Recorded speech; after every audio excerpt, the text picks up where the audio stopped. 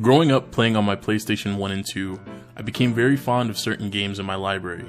Games that today I wish I could come back to, but somehow they just don't hold the same awe and magic they did when I was younger. Similar to looking back at a movie with special effects, some just don't hold up to today's standards. So with that said, I wanted to talk about some of those games I'd like to see come back. What is going on, everyone? It is the Blind Prophet. I just want to preface this list by saying that growing up, I really only played on PlayStation with every console generation up to 4, including the PSP, with the exception of a Game Boy. So I'm not including any Xbox exclusive titles on this list. With that out of the way, let's jump right in.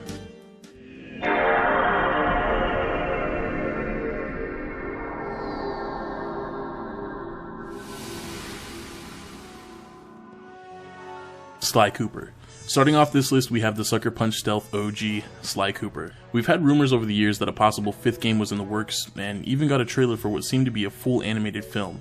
However, as it stands today, we have neither of those. And as the series that got me into my beloved stealth games like Assassin's Creed, I would love to see it return.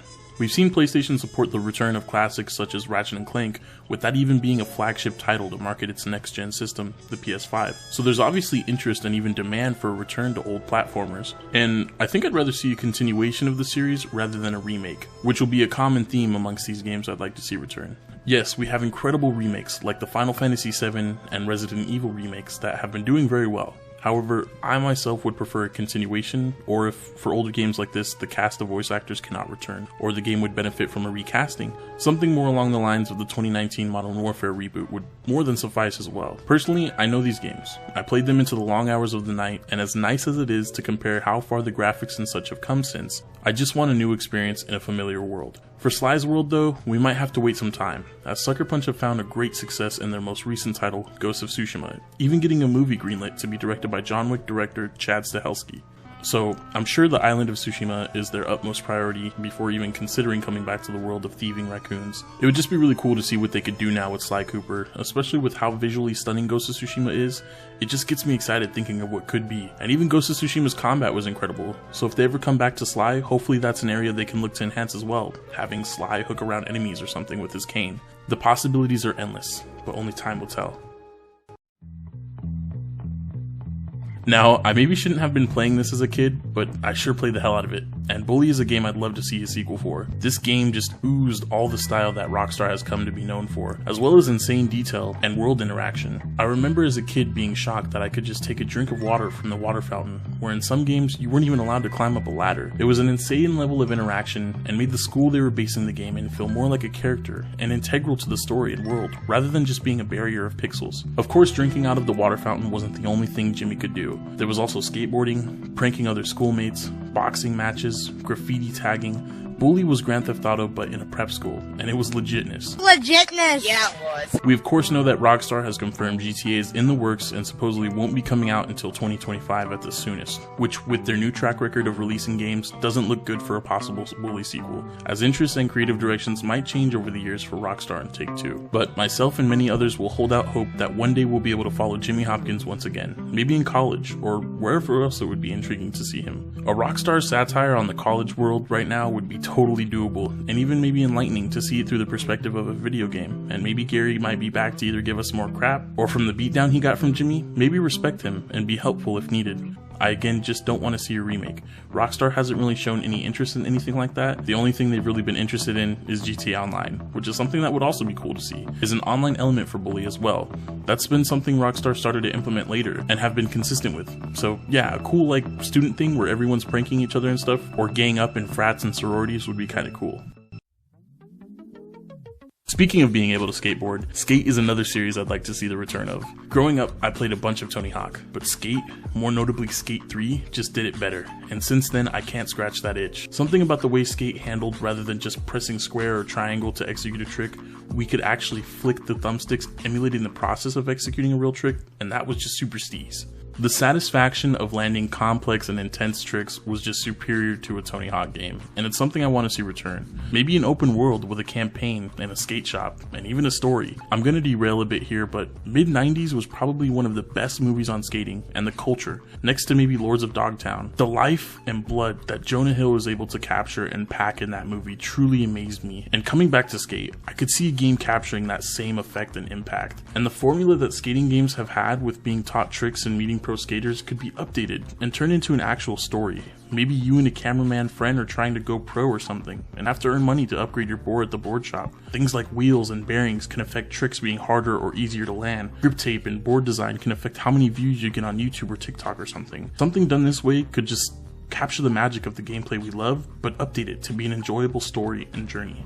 And funnily enough, Skate actually just did get a sort of sneak peek as to the process of them bringing it back. EA brought a little teaser showing some of the development, some of the motion capture for the skating, just something to give us a little taste of what is to come, and I'm very excited to see that. I just saw it right now. I was in the process of editing this, and I'd like to see where this goes. Probably won't be in the vein of what I was trying to propose in my sort of proposition, but definitely excited to see this series come back.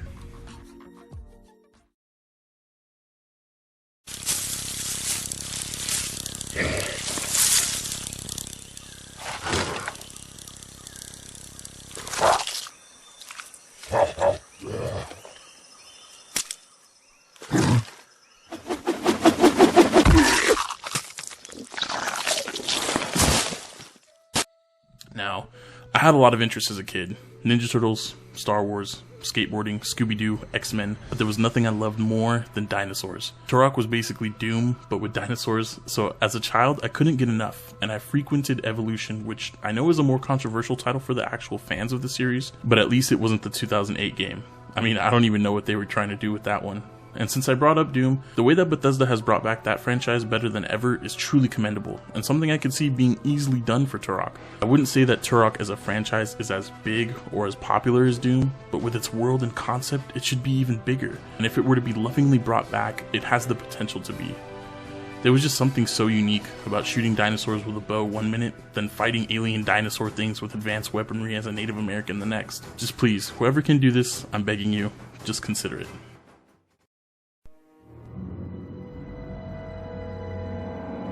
Socom, US Navy SEALs. Socom, US Navy SEALs, the only military shooter on this list. This game my dad and I used to play a lot. Creating the you die, I play turn rule, I have fond memories of this game, and using the PlayStation 2 headset to issue out commands to my squad mates. Other games like Ghost Recon have scratched the itch ever so slightly that I got from the absence of Socom. However, they still could make a comeback and bring what made them so unique in the first place. I remember being on that boat in the first mission, tailoring how my squad and I executed the mission, hiding bodies in rooms, shooting out lights, and leaving no soul saved. Again, something that has been replicated but not accomplished, and I think there are two major reasons. First of which was the squad control. Being able to have them do virtually anything you could require them to. I'd like to see this further built upon with maybe a breach system where you and your squad mates stack up and breach a room dedicated to certain sectors and clearing them, or even stack on a staircase and clear a floor, like the operation in Modern Warfare. You were able to control the bare bones of an AI as a squad mate, but I'd just love to see that AI improved upon and given another layer so that they behave like an actual unit and could maybe even give advice based on the situation, offer up a plan of route and approach, let you know if they think things are getting too hairy, and change up the current movement. Things like this would suck me in and keep me there if that level of role-playing could be achieved with AI. The other element that I think put Socom apart were the varied settings in mission areas. Anything ranging from a factory in the snow to a huge cargo ship on a rainy night in the middle of the ocean. They were always engaging, refreshing, and kept you on your toes, something that cannot be said of even Ghost Recon with its insane map. I did mention I love dinosaurs, right? Dino Crisis was another dinosaur game that just wowed me at the time.